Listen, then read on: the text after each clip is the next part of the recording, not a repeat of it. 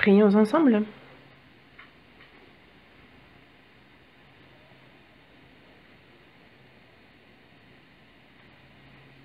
Dieu notre Père, toi qui nous aimes, toi qui es miséricordieux,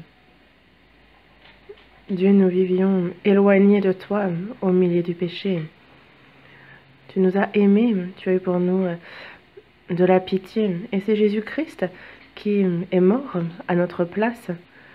Et par le précieux sang qu'il a versé, c'est éternellement qu'il a lavé tous nos péchés. C'est sans aucun mérite de notre part que tu nous as sauvés, que tu nous as pris pour tes enfants et que tu nous donnes cette espérance éternelle et glorieuse de pouvoir entrer dans ton royaume éternel. Pour cette grande et surprenante grâce, nous te glorifions toi seul, Père, et nous te rendons grâce à toi seul. À cette heure, nous qui avons reçu la rédemption éternelle par le pardon de nos péchés, sommes réunis devant toi. Nous louons ta grâce et nous te remercions de nous guider afin que nous puissions apprendre ta parole. À cette heure, Seigneur, le Saint-Esprit est avec nous. Et qu'il ait soin de chacun d'entre nous et accorde ta grâce, celle dont chacun a besoin. Avec la Covid-19, il y a les frères et sœurs qui ne sont pas présents, mais qui, chez eux, écoutent au sein de la famille, qui écoutent ta parole. Sois avec chacun des frères et sœurs. Accorde ta grâce à chacun d'eux aussi.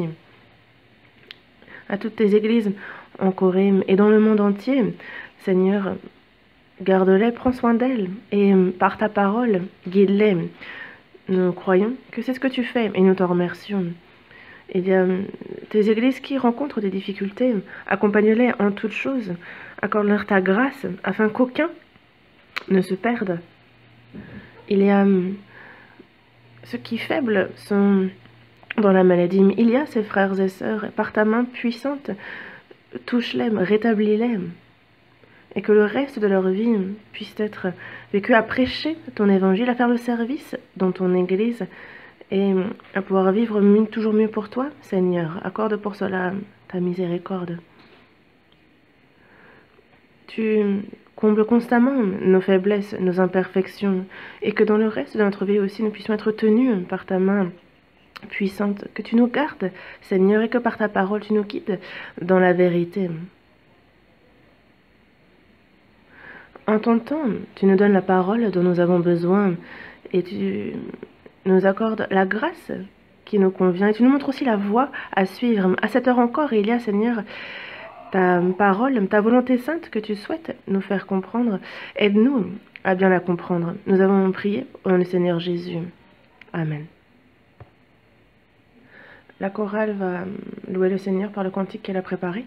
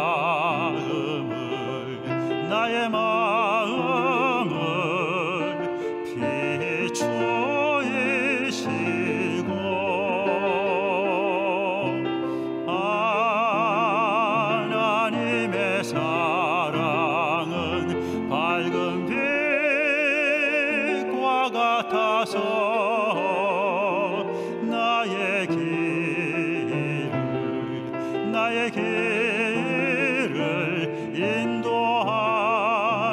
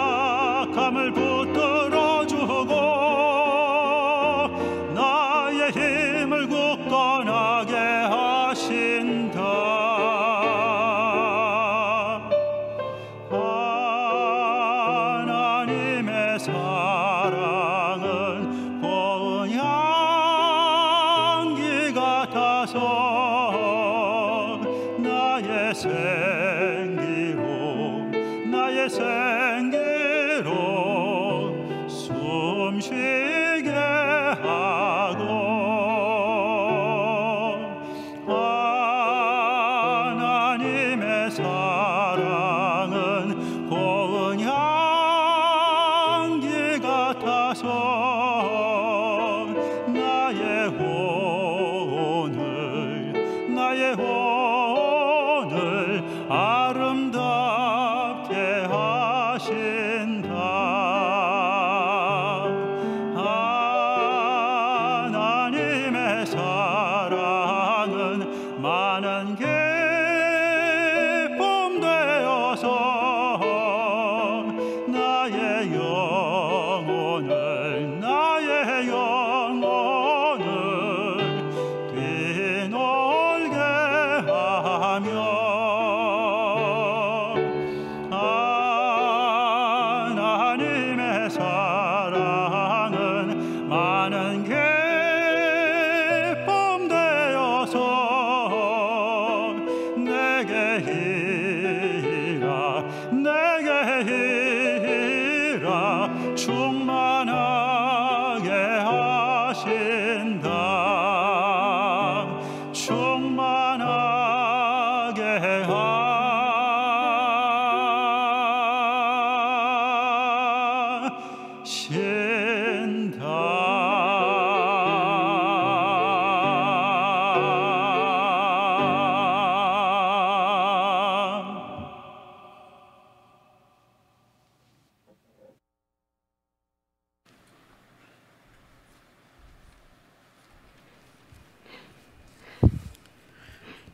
성경 Ouvrons la Bible. Psaume 116.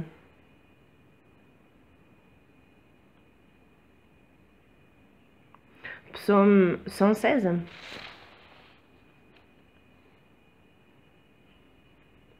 Du verset 12 au verset 15, je vais lire. Psaume 116, du verset 12 au verset 15.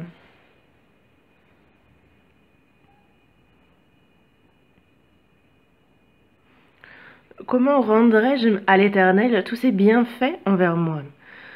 J'élèverai la coupe de délivrance et j'invoquerai le nom de l'Éternel.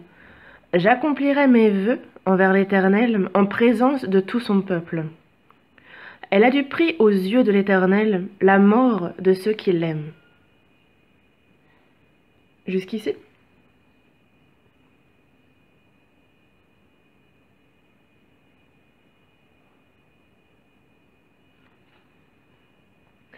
Les semaines précédentes, nous avons ensemble appris la parole sous l'intitulé « Comment rendre à l'Éternel tous ses bienfaits envers moi ». Ceux qui ont reçu le salut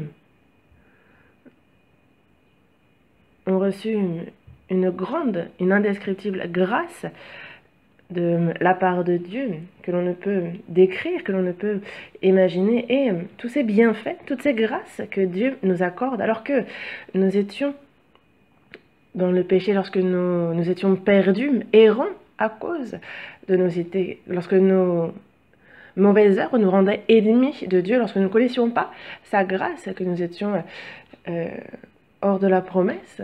C'est alors qu'il donna son Fils unique, que ce Fils est venu en homme sur la terre comme victime expiatoire et que c'est à notre place qu'il mourut pour accomplir l'œuvre du salut pour nous. Et Jésus a quitté ce trône de gloire dans les cieux, très élevé, pour venir dans ce monde méchant, cruel, et pour souffrir de tout ce que l'homme souffre sur cette terre, lui qui était sans péché.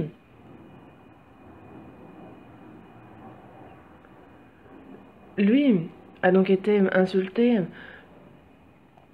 il est sur la croix, il a été condamné à mourir sur la croix de la manière la plus honteuse, et aussi il a ainsi brisé l'autorité de la mort, il a ressuscité et il est toujours vivant et il intercède, il prie pour nous encore maintenant.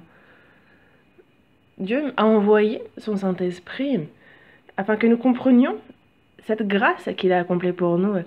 Il garde aussi ceux qui sont sauvés, il les protège et il les guide dans la vérité. Et toutes ces grâces, tous ces bienfaits que Dieu a envers nous, comment peut-on les lui rendre? Ceux qui sont sauvés, justement, ont reçu toute cette grâce.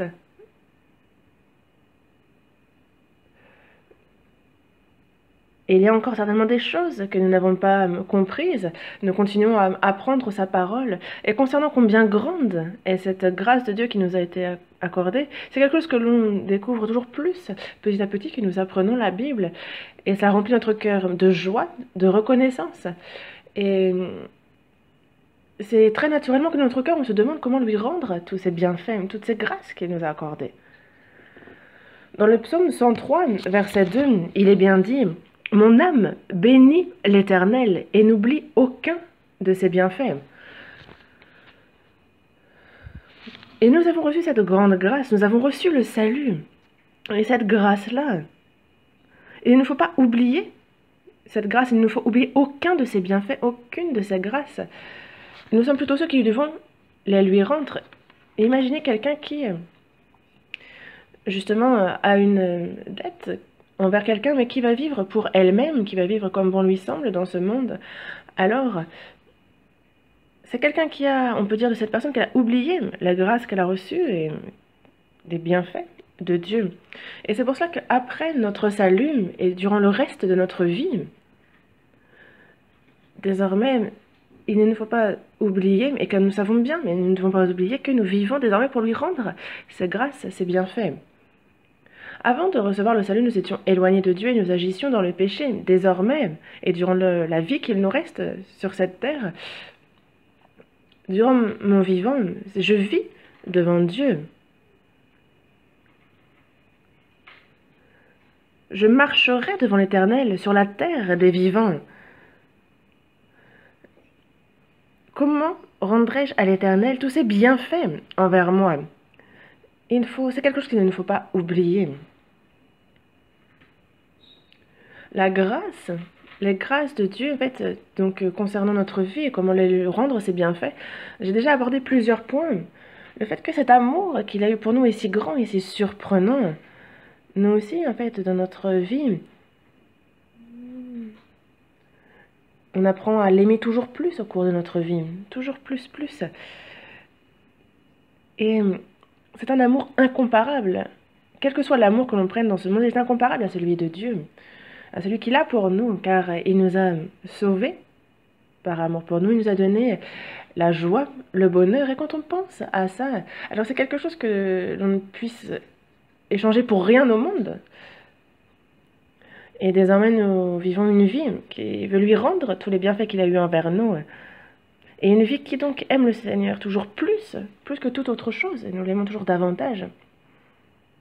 Et parce que nous aimons Dieu,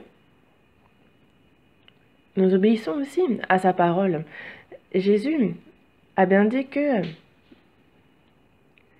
si vous m'aimez, gardez mes commandements. Aimez le Seigneur, aimez Dieu. Et c'est à cause de cet amour-là que nous gardons sa parole. Et parce que nous aimons Dieu, désormais, nous ne vivons plus pour nous-mêmes, mais c'est pour Dieu, pour le Seigneur que nous vivons. Désormais, ce n'est plus pour nous-mêmes, mais pour celui qui est mort pour nous que nous vivons. Comme il nous l'a bien dit, nous ne vivons plus pour soi-même, mais pour celui qui nous a sauvés, pour le Seigneur. Et la vie qui rend à Dieu tous les bienfaits qu'il a eu envers nous consiste aussi à être agréable à ce Dieu qui nous a sauvés. Non pas être agréable à soi-même, chercher nos propres faveurs, mais être agréable à Dieu. Et la Bible nous décrit précisément en quoi ça consiste de vivre en lui étant agréable. Et nous réfléchissons donc à comment pouvoir vivre en lui étant agréable.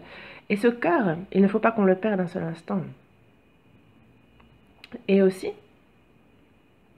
après notre salut, concernant cette vie qui rend à l'Éternel tous ses bienfaits envers nous. Comme l'a dit le Seigneur, il nous a donné un nouveau commandement. Aimez-vous les uns les autres comme je vous ai aimés. Vous aussi, aimez-vous les uns les autres. Et comme cela nous est commandé dans ce verset, cela consiste également à aimer les frères et sœurs qu'il a donnés. Comme le Seigneur nous a aimés, comme il a donné sa vie pour nous, nous aussi nous les aimons ainsi. Et c'est aussi une des preuves qui montre que nous aimons le Seigneur, si nous aimons les frères et sœurs. Et je vous en ai parlé plus en détail dans les sermons précédents. Et ce dont j'aimerais vous parler aujourd'hui, c'est que nous aimons Dieu plus que tout dans ce monde et que sa parole aussi, nous la gardons. Nous vivons pour le Seigneur, nous lui sommes agréables, nous aimons les frères et sœurs, et pour que tout cela soit possible, il faut se sacrifier. Ça, il y a donc des souffrances. Et donc, une autre chose concernant le fait de vivre et de rendre tous ces bienfaits envers nous au cours de notre vie, c'est que cela comprend de souffrir dans notre vie. Ouvrons la Bible à Philippiens, chapitre 1, verset 29. Philippiens, chapitre 1, verset 29.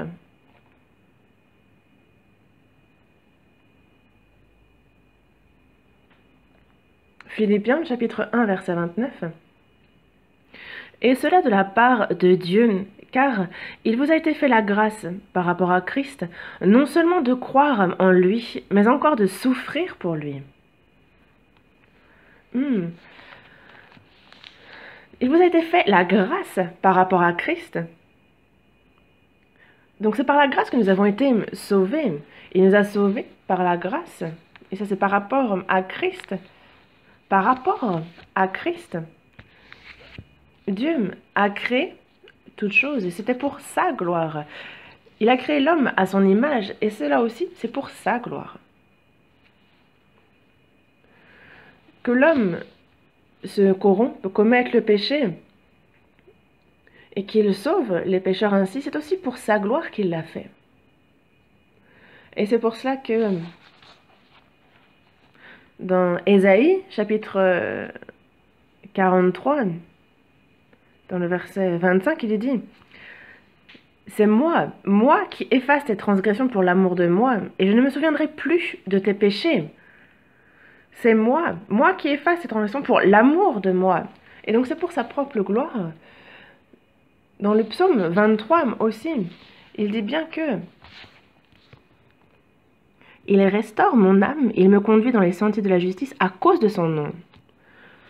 C'est donc pour son nom qu'il fait cela, notre salut, nous guider. Et le fait qu'il nous ait sauvés, il nous a sauvés par rapport à Christ.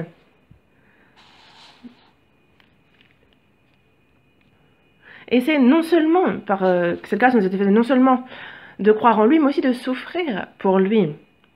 Le Seigneur dit bien, je suis mort pour votre salut, et vous, vivez pour moi, souffrez pour moi. C'est ce qu'il nous demande.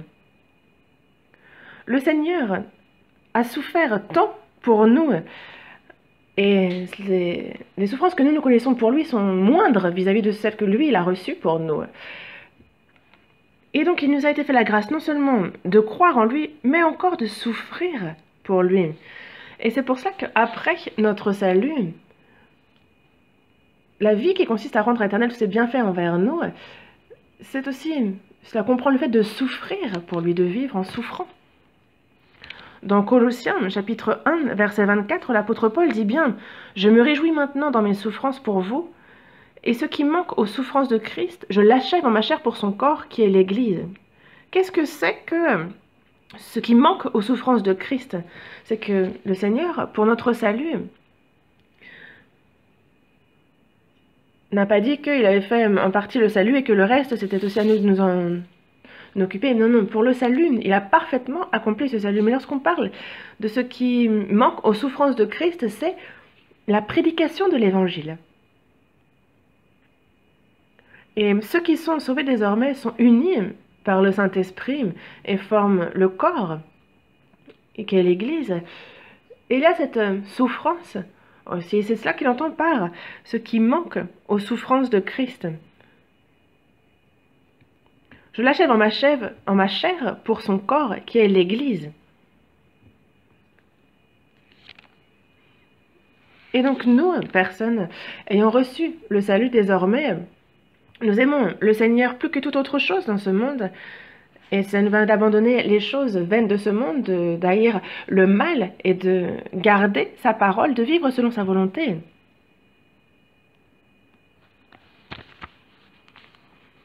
Et parce que nous sommes reconnaissants de la grâce que nous avons reçue, alors nous voulons lui être agréables, nous voulons vivre pour lui, nous aimons les frères et sœurs. On prêche l'Évangile et il y a sur cette voie que nous suivons beaucoup de souffrances. Et c'est pour ça que toutes ces souffrances-là sont ce qui s'appelle ce qui manque aux souffrances de Christ. Le Seigneur, pour nous sauver, a souffert. Et nous, pour le Seigneur, pour vivre selon la volonté, nous souffrons aussi. Dans Luc, chapitre 24, dans le verset 26, on nous parle de Jésus-Christ qui est donc ressuscité et qui rencontre deux de ses disciples qui vont à Emmaüs. Et justement, il se demande en fait de quoi ils s'entretiennent en marchant, de quoi ils parlent.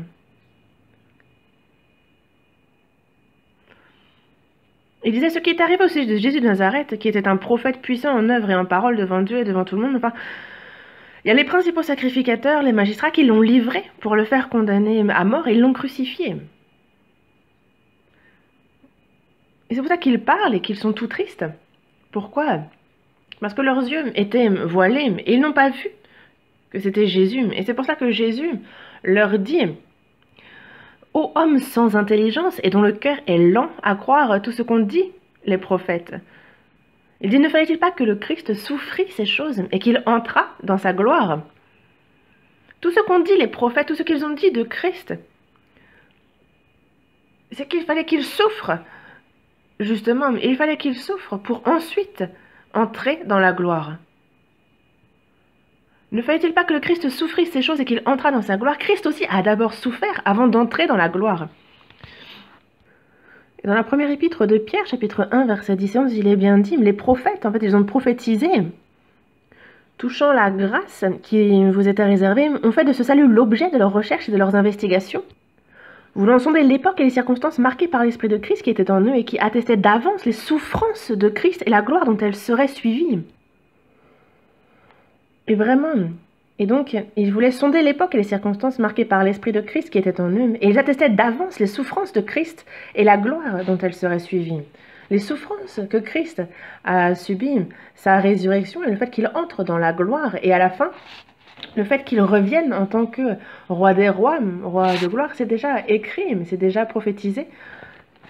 Et ses souffrances et sa gloire. Il souffre d'abord pour ensuite entrer dans la gloire. C'est ce que nous disent ces versets. Et dans Hébreux, chapitre 12, verset 2,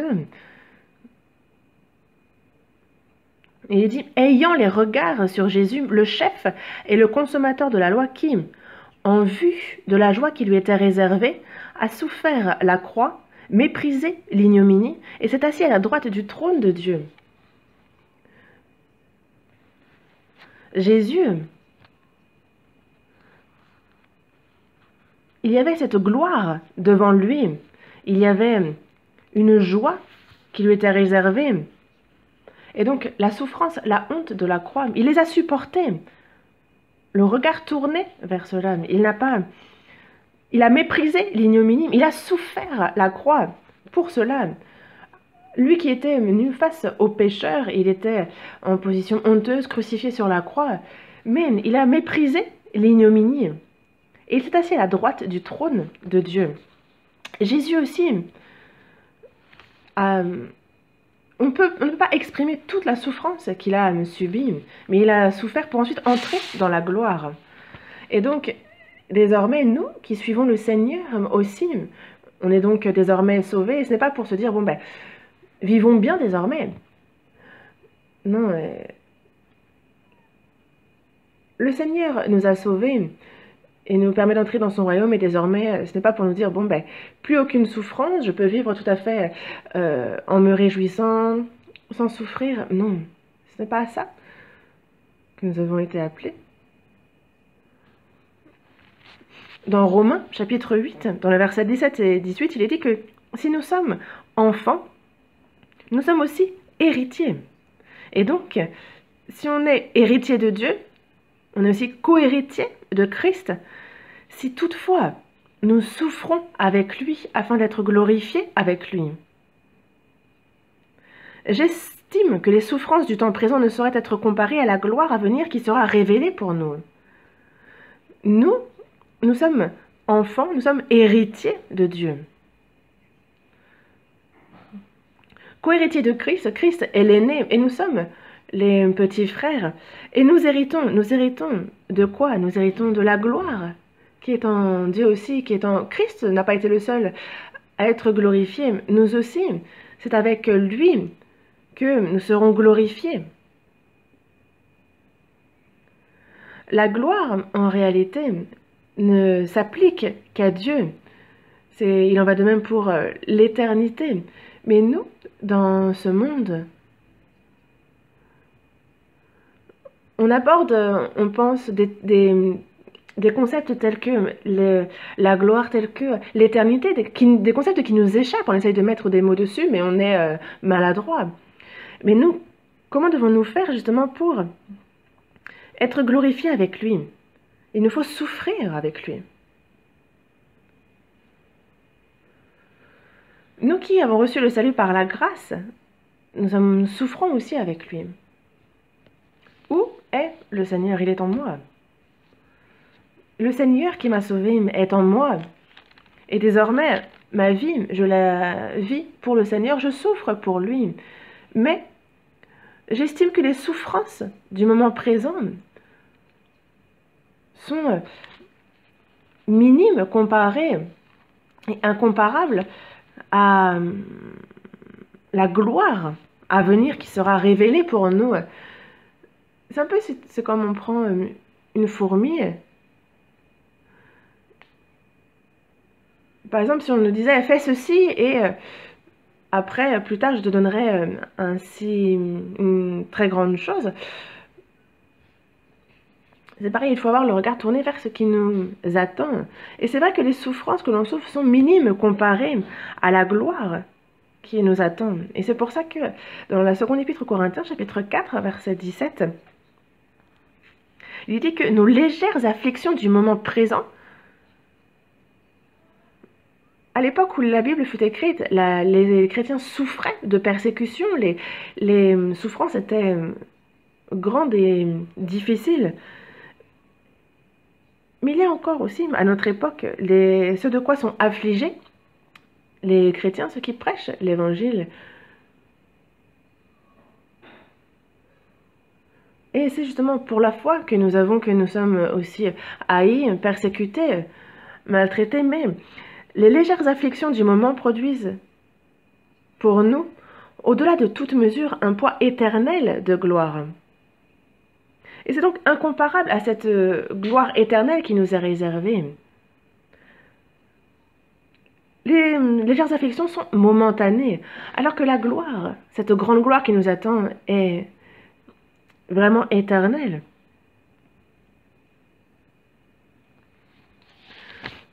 Et dans Apocalypse, chapitre 3, verset 23, il est dit que, dans le verset 21, il est bien dit aussi, que celui qui vaincra, je le ferai asseoir avec moi sur mon trône, comme moi j'ai vaincu et je me suis assis avec mon Père sur son trône. Qui est celui qui vaincra? Dans Apocalypse, il n'y a pas une seule fois où l'on dit qu'il faut croire.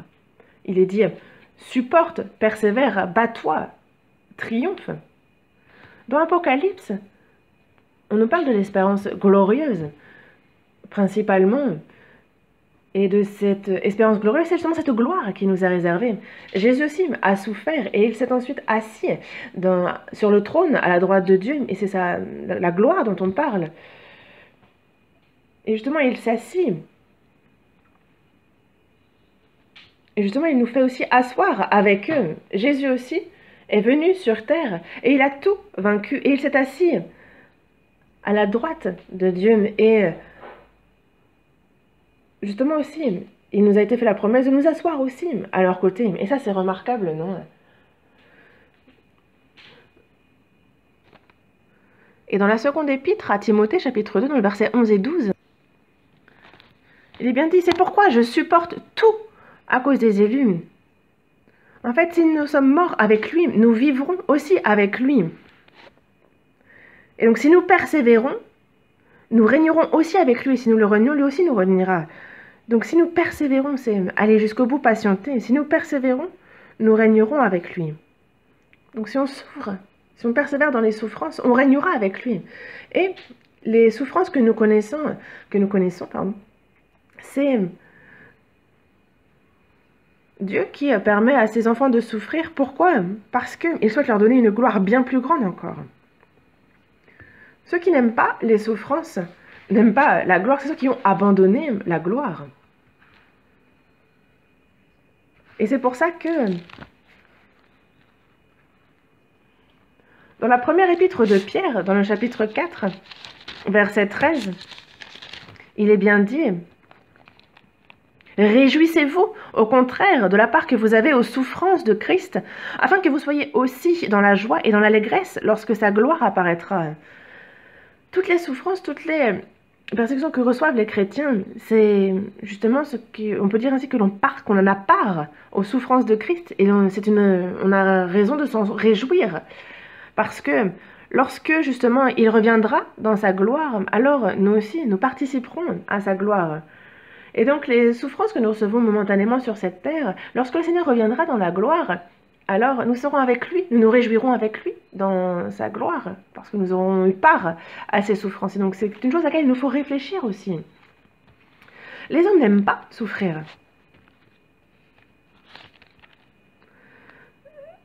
Il n'y a personne qui n'aime souffrir, qui n'aime être persécuté, évidemment. Est-ce que c'est parce qu'on aime ça que l'on souffre? Non. Même les chrétiens qui sont sauvés, même les sauvés n'ont pas envie de souffrir pour le Seigneur. On est content, on rend grâce pour le salut, mais souffrir. On a envie de la gloire, on n'a pas envie de souffrir.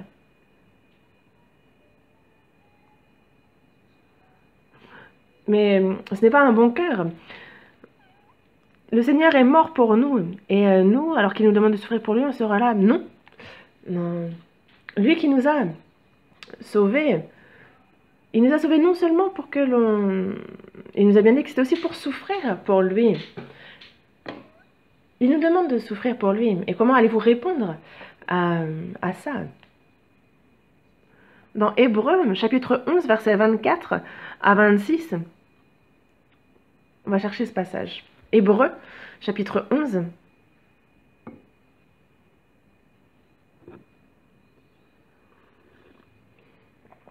à partir du verset 24 jusqu'au verset 26, c'est par la foi que Moïse, devenu grand, refusa d'être appelé fils de la fille de Pharaon, aimant mieux être maltraité avec le peuple de Dieu que d'avoir pour un temps la jouissance du péché. Regardant l'opprobre de Christ comme une richesse plus grande que les trésors de l'Égypte, car il avait les yeux fixés sur la rémunération.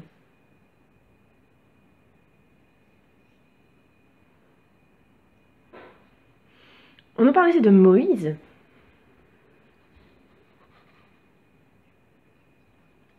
L'Égypte était la civilisation la plus développée au monde. À ce moment-là, ils étaient prospères, plus que les autres pays. Et Moïse voyait son peuple être frappé par les Égyptiens. Et justement, il n'a pas supporté et il a donc tué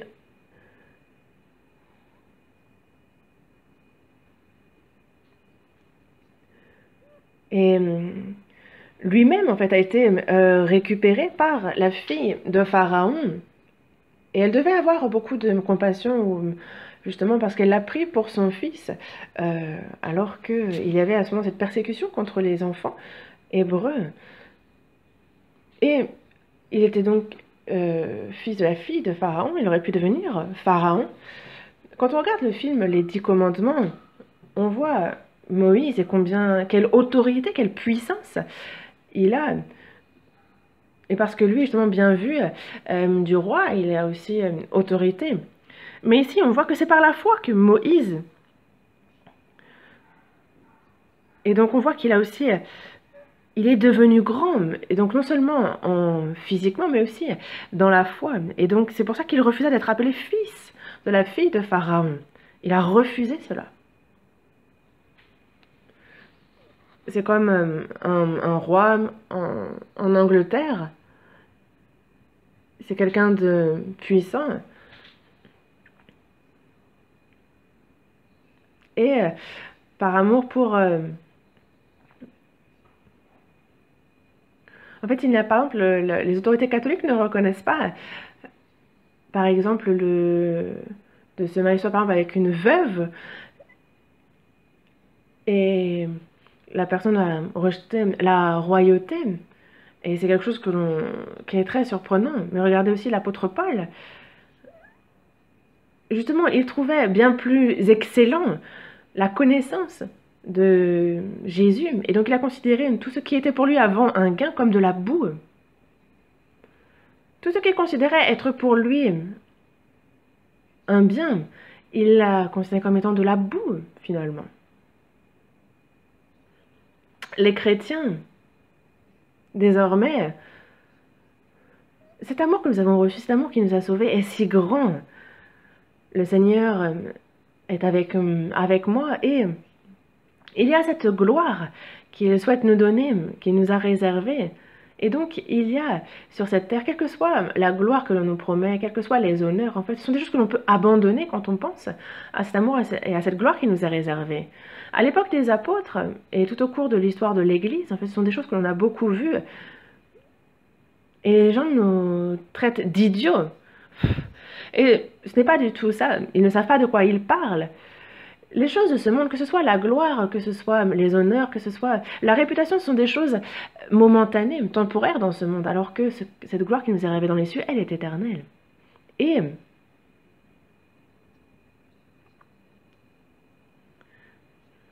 Moïse aussi, alors il a vécu bien avant la venue de Jésus, mais il est dit qu'il a été sauvé. Pourquoi? Parce que justement, il avait aussi il a cru au Jésus qui allait venir. Et tout ce qu'il a fait, que ce soit guider le peuple d'Israël dans le désert, que ce soit... C'est aussi un peu l'ombre de Jésus, le fait que aussi nous-mêmes, nous avons été sauvés par Jésus de nos péchés, de ce royaume de Satan qui est représenté par l'Égypte aussi. Et si on regarde la vie de Moïse, on se rend compte que sa vie a été formidable. Lui-même a refusé d'être appelé fils de la fille de Pharaon. Il a refusé cette autorité. Et il se rend dans le désert. Il est berger, et ce durant une quarantaine d'années dans le désert de Madian. Et ensuite, pour sauver son peuple, il retourne en Égypte. Et il fait sortir son peuple d'Égypte et les guide jusqu'en terre de Canaan durant, encore une fois, 40 ans. Et durant cette période encore, on ne peut même pas décrire toutes les souffrances que Moïse connut. Et il est bien dit que c'est justement pour Christ, en fait. Mais il a regardé l'opprobre de Christ comme une richesse plus grande que les trésors de l'Égypte. Car il avait les yeux fixés sur la rétribution, sur la rémunération. Moïse avait les yeux fixés sur la rémunération qui lui viendrait, qui lui était réservée. Et c'est pour ça que, comme le dit l'apôtre Paul, ils ont considéré comme de la boue ce que ce monde voulait leur offrir.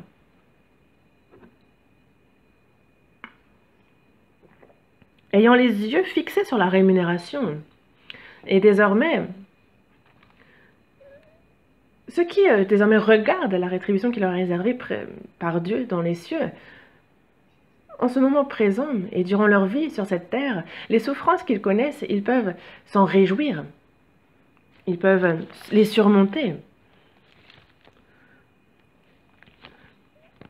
Parce qu'ils considèrent justement l'opprobre de Christ bien plus grande que toutes les richesses de ce monde. Parce que ce sont des choses puériles, ces choses que ce monde veut nous donner. C'est comme des jouets pour enfants. Et si vous regardez les enfants avec leurs jouets, ils veulent le jouet toujours du voisin, ils se battent pour ça, et tout ça pour un simple jouet.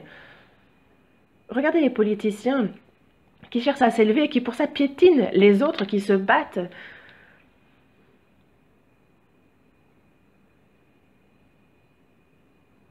Et pour quelques sous, ceux qui vont tromper leur propre conscience, qui vont aller jusqu'à tuer d'autres personnes. Et on se rend compte de combien c'est faux, combien c'est vain. Nous savons combien ces choses-là sont inutiles. Et nous, ce sont les choses éternelles et les choses saintes sur lesquelles nous fixons notre regard et on peut donc laisser de côté, comme l'a fait Moïse, toutes ces choses de ce monde. C'est des choses que l'on peut recevoir dans ce monde aussi, mais que l'on va volontairement mettre de côté pour ce qui a d'une plus grande valeur, ce qui est dans les cieux. Et désormais, les chrétiens qui vivent dans ce monde vivent afin de rendre à l'Éternel tous ces bienfaits qu'il a eus envers nous, et cela consiste notamment en prêchant l'Évangile. Dans le psaume 118, verset 17, il est dit dans le verset 16 et 17, « Je ne mourrai pas, je vivrai, et je raconterai les œuvres de l'Éternel. Je ne mourrai pas, je vivrai, et je raconterai les œuvres de l'Éternel. » Le fait qu'il me fait passer du royaume des ténèbres au royaume de lumière, qu'il me fait passer de la mort à la vie. Je raconterai les œuvres de l'Éternel, lui qui est le créateur des cieux et de la terre, lui qui dirige l'histoire, lui qui gouverne toutes choses.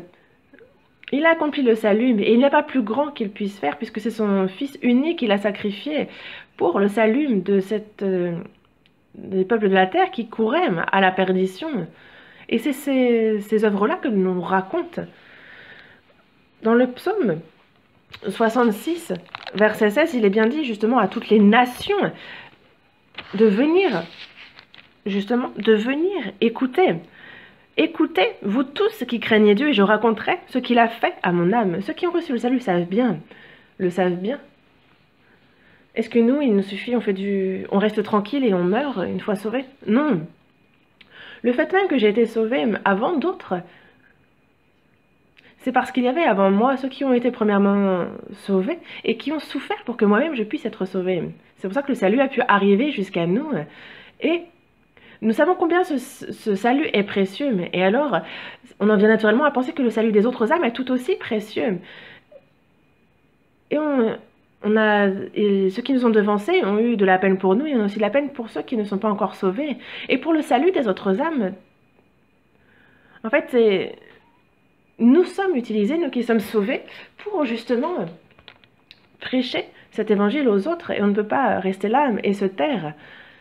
Et donc, il faut que l'on prêche ce qu'il a fait à notre âme, et on n'a que ça à faire.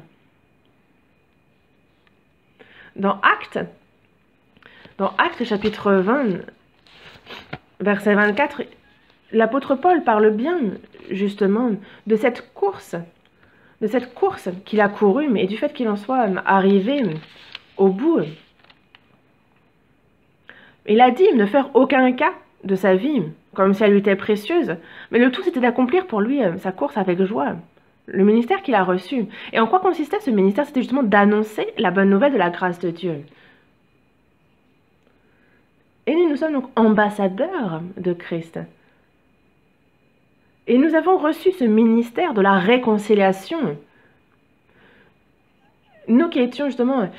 Il y a les hommes qui sont voués à la perdition et nous avons été réconciliés avec Dieu par Jésus-Christ. Et c'est ce que nous prêchons, c'est le ministère qui nous a été confié. Il y a quelques jours, j'ai vu ça à la télévision. En fait, en Corée du Nord, Il y a donc un homme qui est venu, qui a fui la Corée du Nord pour venir en Corée du Sud. Et j'écoutais le témoignage de cet homme, et moi je me suis demandé pourquoi est-il là, pourquoi il est venu. Mais c'est que lui est élevé, son fils aussi. En fait, son fils est fonctionnaire, il a une grande autorité. Ils sont puissants en Corée du Nord. Et il y a ses petits-enfants. Parce qu'une fois qu'on quitte, qu'on fuit la Corée du Nord, alors les familles qui restent sont massacrées. Alors que s'il reste en Corée du Nord, en fait, il est très bien reçu, il vivait très bien. Pourquoi est-il venu en Corée du Sud? Et ceux qui étaient proches avec lui, proches de lui, donc il y a des politiciens, il y a ces gardes du corps. Donc tous ceux qui étaient remarquables, en fait, ils étaient entourés. Pourquoi? Parce que, justement, en fait, par exemple, des fois, ceux qui cherchent à fuir, ils sont poursuivis pour...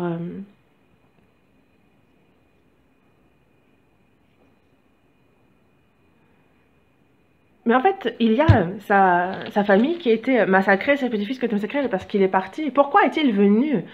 Mais justement, en fait, il savait bien justement qu'à l'époque, c'était sous le régime Kim Jong-il et il savait qu'il y avait une guerre qui se préparait, mais il avait connaissance des plans. Et il savait que s'il y avait la guerre, est-ce que vous pensez que s'il y a la guerre, c'est juste la Corée du Sud qui en pâtit? Non, tous ceux de Corée du Nord aussi seront tués. Donc il est venu pour annoncer ça. Il est mort il y a 13 ans, mais en tout cas, je me suis rendu compte que cet homme était remarquable d'avoir quitté son pays au péril de sa famille pour annoncer. C'est afin de mettre un terme, d'empêcher cette guerre. Et donc c'est lui, sa famille. En fait, il a tout sacrifié. Et il y avait tellement de complots contre lui, de gens qui cherchaient à le tuer, qu'il était entouré de gardes du corps, un peu comme emprisonné, même en Corée du Sud. Parce que tout le monde cherchait à le tuer. Et nous alors?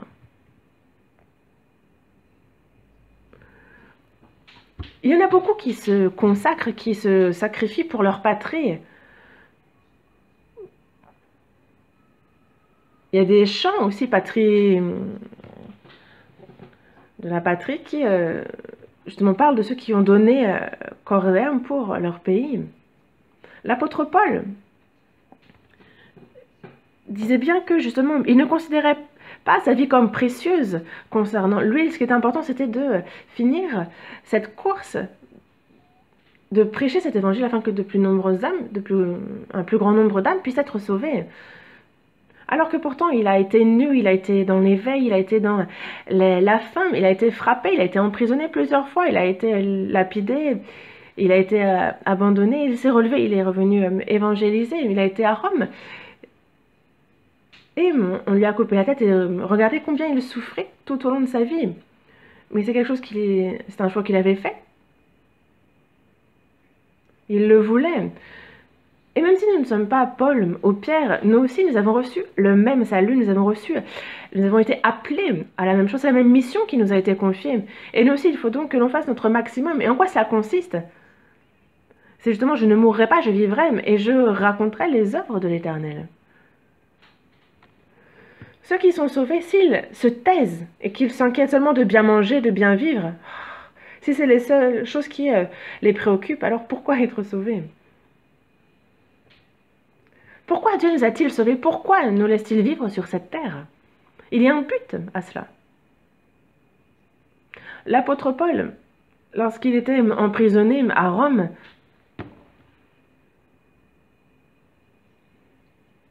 et juste avant qu'il ne soit fait martyr, il y a une épître envoyée à Timothée, la seconde épître à Timothée, la dernière qu'il envoie. Dans la seconde épître à Timothée, chapitre 1, il dit justement que l'on n'ait pas honte du témoignage à rendre à notre Seigneur, ni de moi, son prisonnier, mais souffre avec moi pour l'évangile par la puissance de Dieu. Toi aussi. C'est comme son testament, et c'est une parole qu'il nous adresse à nous aussi. Là où l'évangile est prêché, cela comprend beaucoup de souffrance. Jésus est mort sur la croix, il a beaucoup souffert, il a ainsi accompli l'évangile qui est désormais prêché. Et il faut savoir qu'il y a une souffrance dans la prédication de l'évangile. C'est comme un grain. Il faut qu'il meure pour qu'il porte beaucoup de fruits.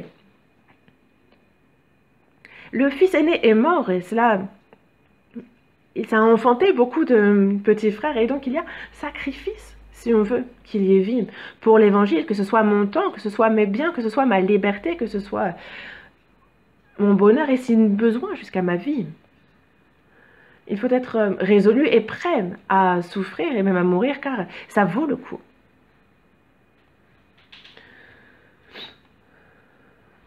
Et c'est pour ça que nous devons souffrir pour l'évangile. L'apôtre Paul, juste avant de mourir, alors qu'il était à Rome, dans la seconde épître à Timothée, chapitre 4, il dit bien: j'ai combattu le bon combat, j'ai achevé la course et j'ai gardé la foi. Désormais, la couronne de justice m'est réservée. Le Seigneur, le juste, me la donnera dans ce jour-là, et non seulement à moi, mais encore à tous ceux qui auront aimé son avènement. Donc désormais, l'apôtre Paul, concernant la mission qui lui a été confiée par le Seigneur, elle prend fin pour lui. Et il dit: la couronne de justice m'est réservée. Et justement, l'apôtre Paul a dit qu'il avait déjà lui-même été fait comme une libation. La libation, c'est un des sacrifices. En fait, il s'était déjà donné, il s'est déjà sacrifié. Et désormais, la couronne de justice m'est réservée. Le Seigneur, le juste juge, me la donnera dans ce jour-là. Et donc, cette course, cette voie qu'il a suivie et accomplie. Et c'est un peu comme courir une course et recevoir la médaille d'or. La médaille d'or ne signifie quasiment rien. Mais l'apôtre Paul, lui, il y a justement cette couronne de gloire réservée pour lui par le Seigneur. Et ça, c'est vraiment, on peut crier victoire, alors vraiment. Mais il a dit non seulement à moi, mais encore à tous ceux qui auront aimé son avènement. Qu'est-ce que cela veut dire? Et donc, est-ce que ça veut dire que cette couronne de gloire est réservée pour tous? Oui, dans un sens, c'est ce que Dieu veut pour tous. Mais il nous a dit d'être fidèles jusqu'à la mort, et alors il nous donnera la couronne de gloire. C'est pour ceux qui auront aimé son avènement, pour ceux qui se seront sacrifiés. Il n'a pas dit donner à ceux qui ne feront rien. Qu'est-ce qui est réservé à ceux qui ne font rien? C'est la réprimande. Méchant et mauvais serviteur. Il dit bien qu'il veut donner à tous cette couronne de gloire. Il le veut, mais il ne le fera pas. Mais seulement justement à ceux qui auront aimé son avènement. Ceux qui auront justement les yeux tournés constamment sur la rémunération et qui auront vécu en souffrant pour son évangile. C'est pour ces personnes-là qu'est réservée la couronne. Dans la première épître de Pierre, chapitre 5, verset 10, il est bien dit justement que le Dieu de toute grâce qui vous a appelé en Jésus-Christ à sa gloire éternelle, après que vous aurez souffert un peu de temps, vous perfectionnera lui-même, vous affermira, vous fortifiera, il vous rendra inébranlable. On va chercher ce passage, il est important. Première épître de Pierre, chapitre 5, verset 10. Première épître de Pierre, chapitre 5, verset 10. Le Dieu de toute grâce qui vous a appelé en Jésus-Christ à sa gloire éternelle, après que vous aurez souffert un peu de temps, vous perfectionnera lui-même, vous affermira lui-même, vous fortifiera, vous rendra inébranlable.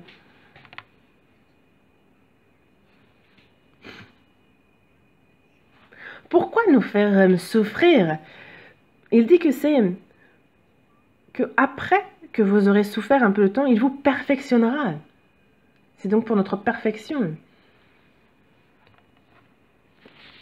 Et donc c'est par la souffrance que petit à petit, Dieu, en tant que ses enfants, il nous rend toujours plus aptes. Il fait que nous sommes de plus en plus dignes d'être ses fils, comme il est dit dans Matthieu chapitre 5, dans le verset 48. Soyez parfaits, comme votre Père dans les cieux est parfait. Parce que c'est nous, des pécheurs, qui étions voués à l'enfer, et il nous a sauvés, mais non pas pour que l'on en reste là, mais c'est afin qu'on lui ressemble toujours plus, que l'on soit accompli, perfectionné. Dieu s'est manifesté à Abraham lorsqu'il avait 99 ans, et il lui a dit justement, marche devant ma face et sois intègre. Il lui demande ensuite de sacrifier Isaac, et sois intègre, sois donc parfait. À 99 ans, il n'a pas encore 100 ans, il lui manque un an. Et ce que Dieu veut, c'est que nous soyons donc devant lui parfaits. Il veut que l'on soit accompli. Et c'est pour ça qu'il nous fait souffrir. On le voit aussi dans Hébreux, chapitre 5. Il nous parle aussi du Fils qui, pourtant, il est le Fils, mais il s'est rendu obéissant. Il a été obéissant par les choses qu'il a souffertes. Et donc, ces souffrances nous conduisent à l'obéissance aussi. Et dans Job, on nous le dit aussi. On le voit dans le verset 23. Et s'il m'éprouve, on ressort pur, comme l'or. Parce qu'il n'y a aucun métal qui soit pur de base. En fait, il faut que, justement, on le mette dans le feu, on enlève toutes les scories, on tape dessus, on le frappe, on le forge, et alors, il devient un outil de l'or pur. Et je me souviens, en fait, dans le temps, j'ai vu, en fait, comment on faisait des couronnes d'or pour les dentistes. Et en fait, ils prennent le marteau, ils frappent, et en fait, c'est une machine aussi qui fait qu'elle tourne, et on frappe dessus. Et en fait, justement, en fait, l'or doit être si fin que s'il y a des scories, s'il y a justement des impuretés, alors ça se casse. Et donc, par contre, lorsque l'or, lui, est pur, en fait, il est quasi incassable, et on peut donc le faire tourner une dizaine de fois, le reprendre la forme, et ça ne se casse pas. Et en fait, nous aussi, nous avons tellement de scories en nous, mais en fait, il nous forge, il nous fait passer par les épreuves pour que justement toutes ces souillures, toutes ces scories soient ôtées de nous. Et vraiment, après que vous aurez souffert un peu de temps, vous le perfectionnera lui-même, il vous affermira. Ceux qui n'ont pas souffert sont très faibles. Comme les enfants. Regardez les enfants. Si on les gâte trop après, une fois qu'on les envoie dans le monde, ils ne savent plus quoi faire. Ce monde est pourtant cruel, terrifiant. Mais si on les veut forts, comme c'est dit dans Nombre, c'est un peu comme l'aigle. L'aigle, en fait, il est strict avec ses enfants. Et comment il fait? Il y a donc les falaises. Et c'est dans le creux des falaises qu'ils font leur nid. Et en fait, il y a au fond des épines. Après, ils prennent de leurs plumes et ils en font un nid douillet. Et après, donc, il y a les œufs. Et les œufs éclosent. Et ensuite, on leur enseigne à voler. Donc, à se laisser porter par le vent. Et le jour vient où, justement,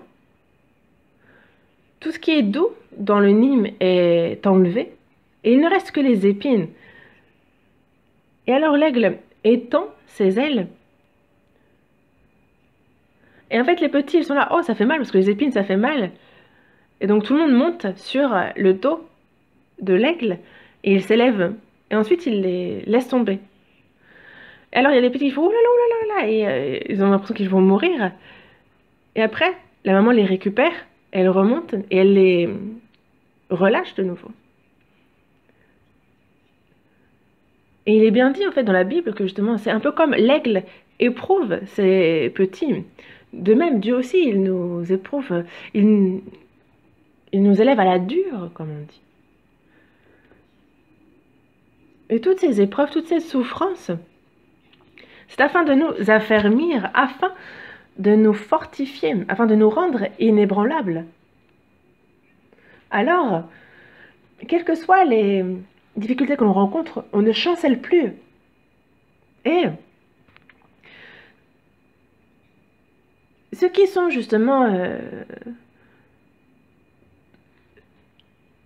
trop dans la douceur, qui sont un peu gâtés, même dans la vie de foi, après, dès qu'il y a une difficulté, alors ils s'effondrent. Et c'est comme à l'armée, on a aussi les forces d'élite, en fait, qui subissent un entraînement bien plus rigoureux, en fait. Par exemple, ils sont parachutés dans des zones où il n'y a rien à manger. Il faut survivre dans des conditions extrêmes. Et pour cela, en fait, ils sont donc entraînés à des choses qu'aucun autre humain ne saurait surmonter. Et ceux qui sont exercés à cela peuvent donc surmonter de telles situations. Et Dieu, c'est ce qu'il fait. Il nous élève à la dure à travers les souffrances, les épreuves. Mais une personne qui ne connaît pas les souffrances, qui ne connaît pas les épreuves, en fait, qui est un peu gâtée, alors dès qu'elle va faire face à une situation difficile, elle va dire « Oh là là, mais c'est trop difficile, je vais mourir », elle ne saura pas quoi faire.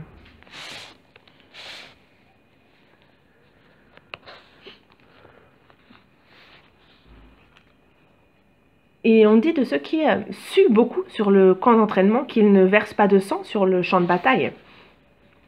Et la raison pour laquelle ils nous éprouvent énormément, c'est afin de nous affermir, de nous perfectionner, de nous fortifier pour qu'on puisse faire son œuvre, afin de nous accorder une plus grande gloire. C'est aussi pour ça.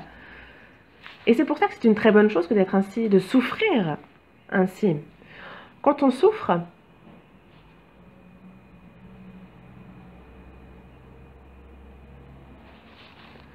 Dieu ne nous fait pas souffrir afin de nous martyriser. C'est vraiment pour notre bien. Ça nous est bénéfique.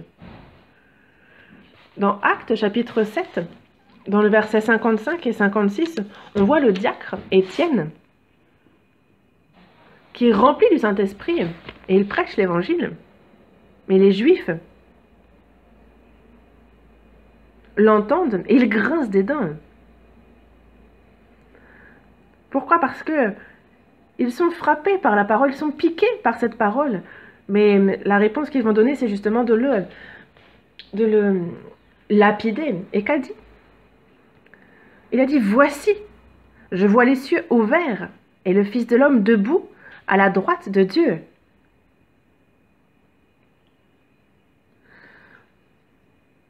Il y a Jésus assis à la droite de Dieu. Mais pourquoi est-ce que, justement, il voit le Fils de l'homme debout? Parce qu'il l'a vu, Jésus l'a vu, il s'est levé. Il le regarde. C'est comme dans Job, chapitre 11. Aussi, il le dit bien. Il connaît les vicieux, il voit facilement les coupables, il voit bien qui est vicieux, il voit qui est coupable, et ensuite il juge. C'est la même chose. Lorsque le chrétien vit de manière sainte, lorsqu'il souffre, il voit tout cela, il a son regard sur chacun des siens. Il a permis que Étienne soit lapidé. C'est le premier martyr dans le Nouveau Testament, c'est une gloire pour lui.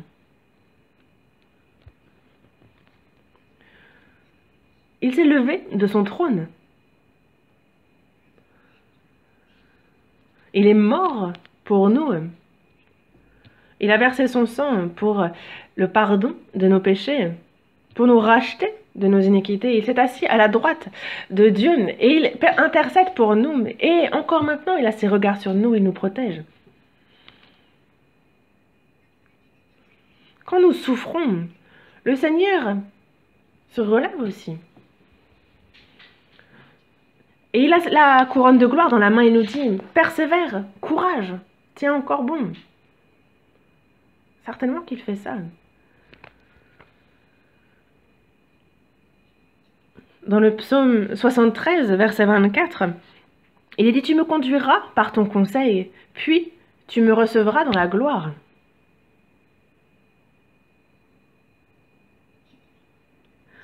Maintenant, il nous conduit par son conseil, par sa parole. Et ensuite, il nous recevra dans la gloire. Et nous aussi, maintenant, il nous faut nous réjouir des souffrances que nous connaissons en Christ. Pourquoi? Parce que la gloire éternelle nous a été promise.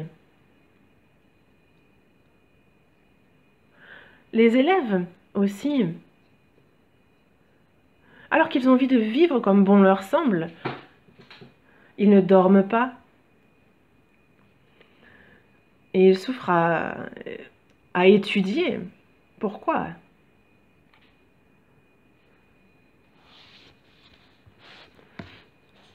Pour avoir de meilleures notes, pour rentrer dans une meilleure université, et une fois diplômé, de pouvoir entrer dans une bonne entreprise, pour être bien reçu, pour bien vivre, au final. C'est pour ça. Certaines personnes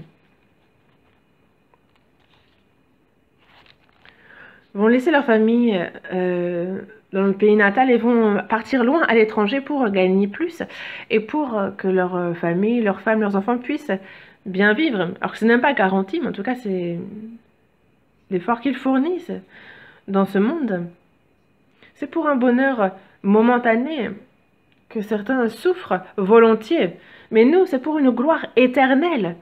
Il y a cette gloire éternelle qui nous est promise, n'est-ce pas?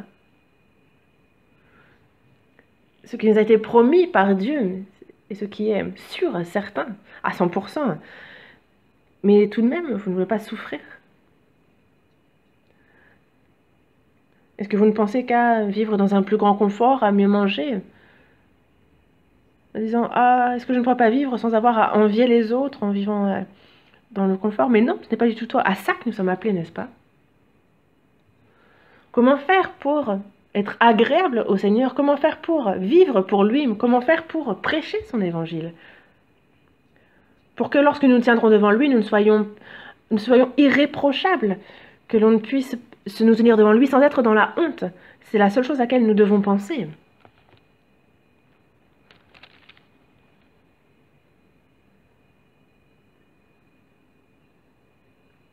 Et nous aussi. Alors que l'on vit sur cette terre, nous souffrons momentanément, mais cela nous sera rendu par une gloire éternelle. Retournons au psaume 116. Le premier verset que nous avons lu, psaume 116. Psaume 116. Verset 12. Comment rendrai-je à l'Éternel tous ses bienfaits envers moi? J'élèverai la coupe des délivrances et j'invoquerai le nom de l'Éternel. J'accomplirai mes vœux envers l'Éternel en présence de tout son peuple.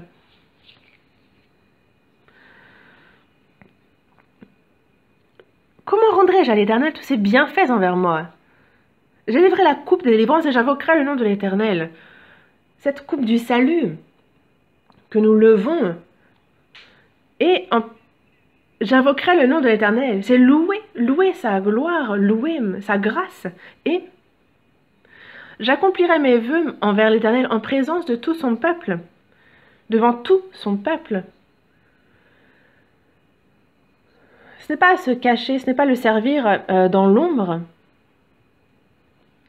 Lui rendre ses bienfaits dans l'ombre, c'est devant tout le peuple. En présence de tout son peuple, j'accomplirai mes vœux envers l'Éternel. Et il nous faut comprendre ce verset. Dans Luc, chapitre 8, quand on regarde à partir des versets 43, on parle justement de cette femme qui est atteinte depuis 12 ans d'une maladie. Elle souffre vraiment...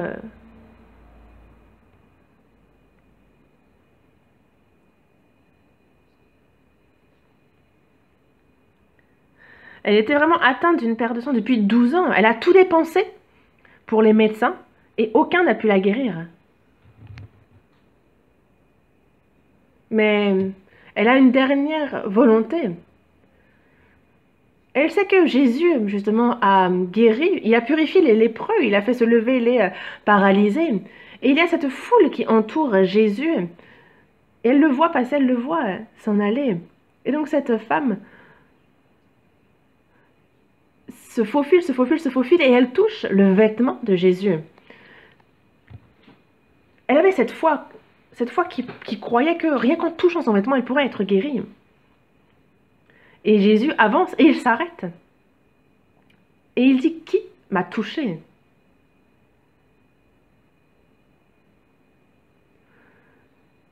Il se retourne et qui m'a touché?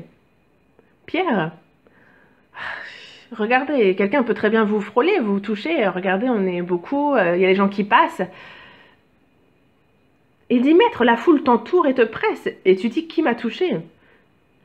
Mais Jésus dit non, quelqu'un m'a touché. Car j'ai connu qu'une force était sortie de moi.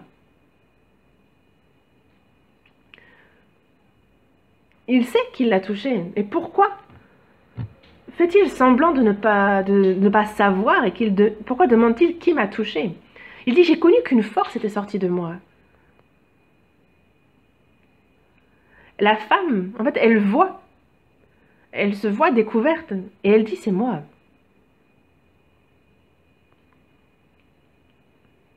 Ma fille, ta foi t'a sauvée. Va en paix.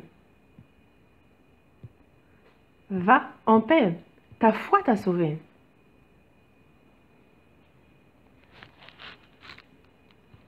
Elle a touché en cachette. Pourquoi a-t-il absolument fallu qu'elle soit...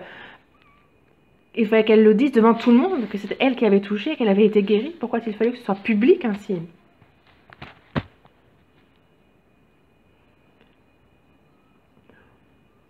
Il ne souhaite pas que l'on soit sauvé en cachette, que l'on vive notre vie de foi en cachette. Non, il veut que cela soit devant tout le peuple.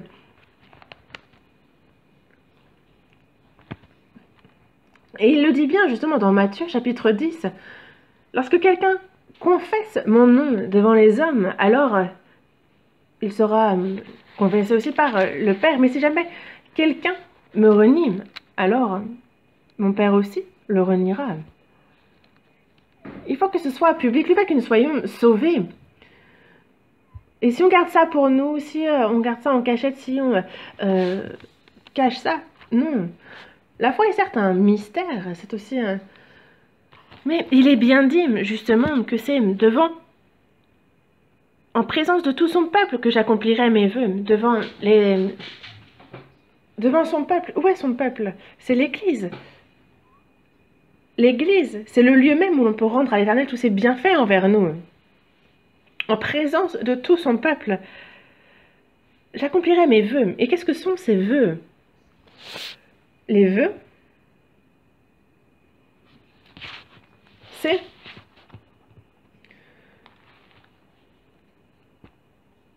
cette promesse qu'on fait dans notre cœur de vivre pour le Seigneur.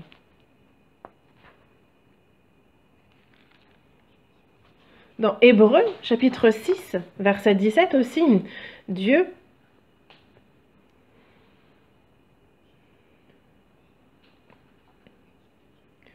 en fait, il veut montrer avec plus d'évidence aux héritiers de la promesse l'immuabilité de sa résolution. Que ça intervient par un serment. Dieu aussi, il y a ce qu'il souhaite donner à ceux qu'il a sauvés. Il y a ces promesses qu'il a faites aux héritiers. Et il veut montrer que cette promesse, elle est immuable. Il veut montrer que... Et c'est Dieu lui-même. Il veut montrer à tous ses héritiers que cette promesse est immuable. Et c'est pour ça que c'est par un serment qu'il le dit. Dieu aussi fait un vœu.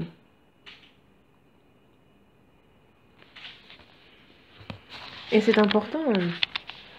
Psaume 22. Ouvrons la Bible au psaume 22. Psaume 22.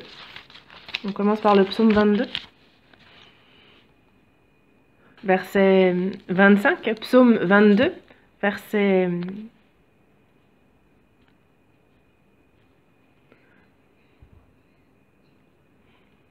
25. Car il n'a ni mépris ni dédain pour les peines du misérable. Il ne lui cache point sa face, mais il l'écoute quand il crie à lui. Dans le verset 26, tu seras dans la grande assemblée l'objet de mes louanges, j'accomplirai mes vœux en présence de ceux qui te craignent. C'est quoi cette grande assemblée? C'est justement là où sont rassemblés tout son peuple, tous ceux qui ont reçu la grâce de Dieu. Et il est l'objet des louanges de cette grande assemblée, de tous ceux qui sont sauvés, qui louent cette grâce qu'ils ont reçue. Et donc, j'accomplirai mes vœux en présence de ceux qui te craignent.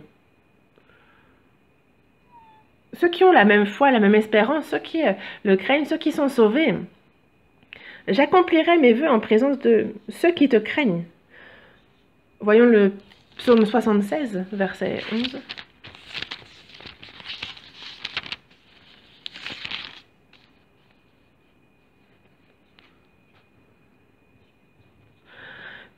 Psaume 76, verset 12. Faites des vœux à l'Éternel, votre Dieu, et accomplissez-les.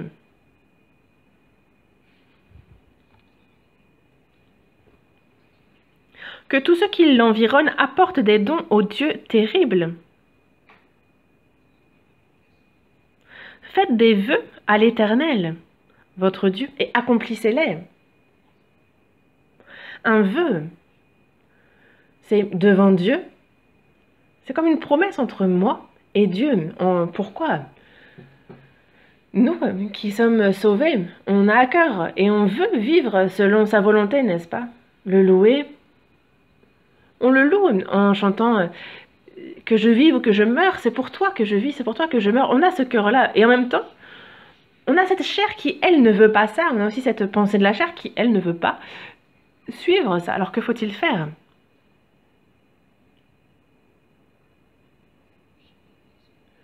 Afin de maîtriser cette chair, il y a ces vœux qu'il nous faut faire devant Dieu, en présence de tout son peuple. Lorsqu'on reçoit le baptême aussi, c'est en présence d'un grand nombre de personnes, n'est-ce pas? Et il est bon que ce soit devant un grand nombre de personnes, disant « Je suis sauvé, moi je suis mort avec le Christ et je suis revenu à la vie en lui. Je suis une nouvelle créature et désormais la vie que j'ai vécue pour moi est terminée. Et désormais, c'est une nouvelle vie que je commence, vécue pour la gloire de Dieu. » Et c'est ce que l'on proclame devant tout le monde, devant Dieu, lors du baptême. Lorsqu'il y a la cérémonie de mariage, il y a les parents, les proches, devant lesquels, justement, on fait cette déclaration qu'une personne en tant que mari, qu'une personne en tant qu'épouse dise remplir tous les devoirs conjugaux. Et ça, ils le disent devant un grand nombre de personnes. Et aussi, c'est quelque chose que l'on observe tout au long de la vie. Désormais, en dehors de l'épouse ou de l'époux, je ne suivrai plus aucun autre homme ou aucune autre femme. Et c'est une promesse que l'on fait devant Dieu. Et c'est une promesse qu'il nous faut garder. Et même concernant les dons, que ce soit la dîme, ou que ce soit par exemple des dons spéciaux pour certains objectifs précis, c'est une promesse que l'on fait. On prend une résolution et certains vont... Il y a ceux qui, justement, ne mettent pas leur nom, mais je pense qu'il est bon, justement, d'être clair dans le sens où c'est une promesse que l'on fait devant Dieu aussi. Pourquoi? Parce que la chair est radine, la chair est avare, et dans la mesure du possible, elle va chercher à ne pas garder cette promesse. Et justement, de le faire quand on a envie, de ne pas le faire quand on n'a pas envie. Alors que c'est quelque chose que l'on ne peut pas observer de cette manière-là. Et ce cœur avare, ce cœur paresseux, ce cœur-là, afin justement de le diriger, on fait cette promesse devant Dieu, en présence de tout son peuple, devant les saints. Dans la seconde épître aux Corinthiens, dans le chapitre 9, en fait, il est bien dit aussi. En fait, il y avait ces libéralités que vous aviez déjà promises. Et afin que ça ne devienne pas un acte d'avarice, je vais venir vous voir et vous aider afin que ce que vous avez promis en libéralité, vous le fassiez. Et donc, il est bon devant Dieu et devant la présence de tout son peuple de faire ses promesses. Et c'est aussi une promesse que l'on fait avec soi-même. Et c'est pour ça que l'on fait donc ce vœu. Et ce vœu que l'on fait, il faut le garder, le respecter. Parce que si on ne le fait pas, c'est un sujet de réprimande devant Dieu. Pourquoi c'est une promesse que l'on n'a pas tenue? Mais Dieu se réjouit justement que l'on observe nos vœux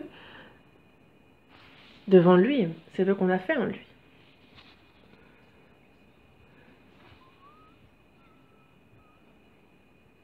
Et c'est justement en présence de tout son peuple que j'exécute les vœux que j'ai faits devant lui. Et devant les saints, il y a ces vœux que je fais, ces promesses que je fais. Et c'est aussi une manière de se garder soi-même. C'est une bonne chose que de ne pas forcément faire des dons sans faire de vœux, sans se fixer d'objectifs.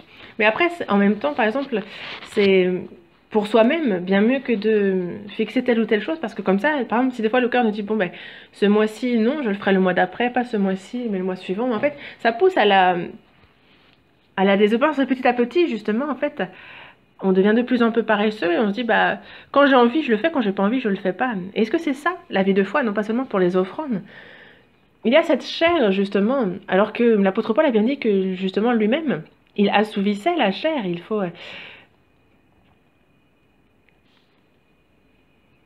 La vie de foi, c'est ça, ce n'est pas quelque chose que l'on vit seul, en cachette, mais c'est devant Dieu, en présence de tout son peuple que l'on vit cette vie de foi.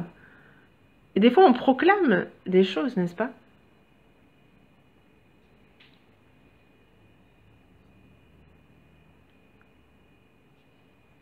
C'est comme, par exemple, quand on est au tribunal, on prête serment déjà, disant que l'on ne dira pas de mensonges.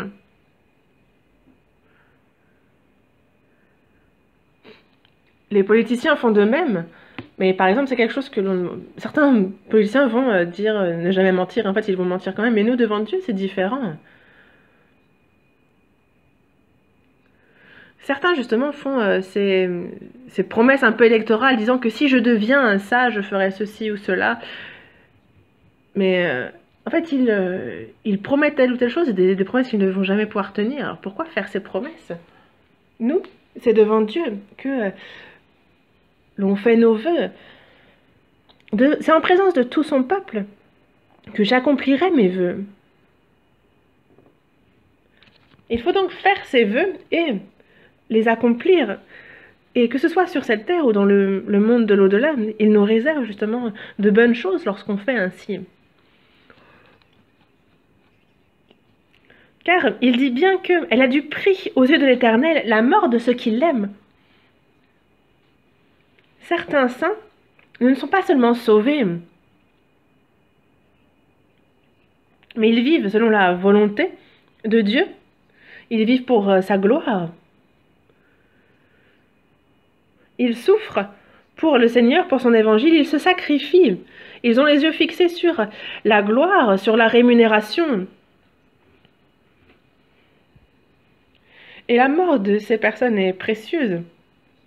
Elle a du prix aux yeux de l'Éternel.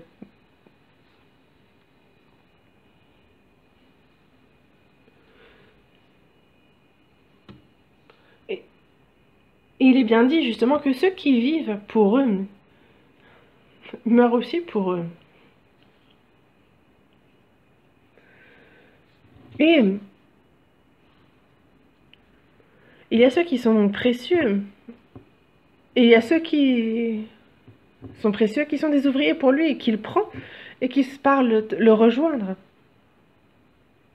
Et à certaines personnes, on va se dire, ah, elle est partie retrouver le Seigneur, et on s'en réjouit. Il y a ceux pour qui on va se dire, c'est plus négatif, le compte-rendu de cette personne. Et pour le Seigneur, il nous faut donc vivre et souffrir pour lui. Dans Romains, chapitre 10, il est bien dit justement que, car c'est en croyant du cœur qu'on parvient à la justice, et c'est en confessant de la bouche qu'on parvient au salut. Et ce n'est pas qu'il faut confesser de la bouche pour dire que l'on est sauvé. Il faut confesser de la bouche ce qu'il y a dans le cœur pour dire que l'on est sauvé. Ce n'est pas ça. Mais si on croit du cœur, est-ce qu'on peut ne pas en parler? Non. Justement, en fait, si on croit dans le cœur, alors ça se voit dans la bouche, par les témoignages, etc. Et quand on témoigne, on ne peut pas mentir. Il faut que l'on témoigne les choses telles qu'elles sont et que l'on vive en fonction du témoignage que l'on a donné. Et il y a ceux qui sont vraiment de très bons... Ils font de très bons témoignages, mais quand on regarde, en fait, ils ne vivent pas du tout en fonction de ce témoignage-là, et c'est complètement différent. On peut dire que c'est un témoignage faux, un mensonge. Mais il faut qu'il y a ces vœux que l'on a faits devant Dieu, et il faut que qu'on les accomplisse devant Dieu, devant tout son peuple. Dieu voit toutes choses. Et il a toujours ses yeux rivés sur nous. Et donc c'est toujours devant Dieu. Et sachez que les hommes aussi vous regardent. On se regarde les uns les autres. Non pas que on s'observe ou que l'on... C'est pas une inspection. On n'est pas là pour se vanter ou se dire que l'on est mieux les uns que les autres. Mais justement, c'est plutôt pour la foi, le fait que... C'est aussi pour pouvoir être un modèle dans la foi. On rend tous ensemble grâce et gloire à Dieu. C'est un vrai sujet de joie lorsque les vœux s'accomplissent et qu'ils sont pour le Seigneur.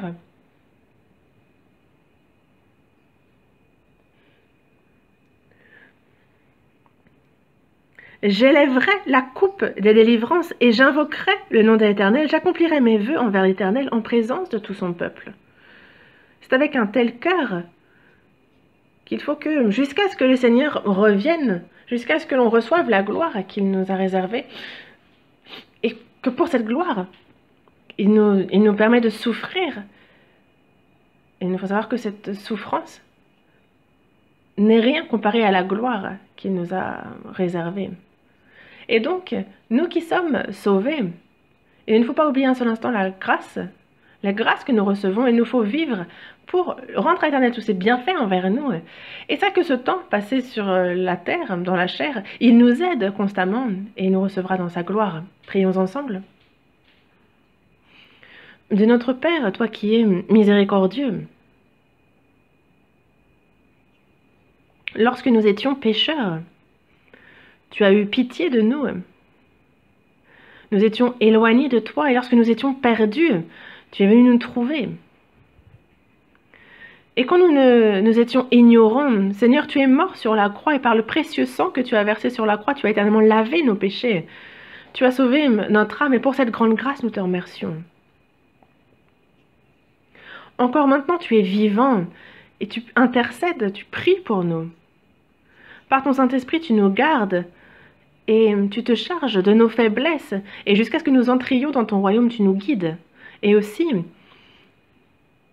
Seigneur, toi qui souhaites nous donner la gloire éternelle durant notre vie sur terre, que notre cœur ne soit plus détourné par les choses vaines de ce monde, que nous ne suivions plus les convoitises de la chair, mais que pour toi qui es dans les cieux, que nous puissions vivre pour une vie qui te rende tous les bienfaits que tu as eus pour nous. Dirige-nous, guide-nous et aide-nous à nous garder. Qu'à travers notre vie qui était agréable, tu puisses être grandement réjoui et que cela puisse te glorifier.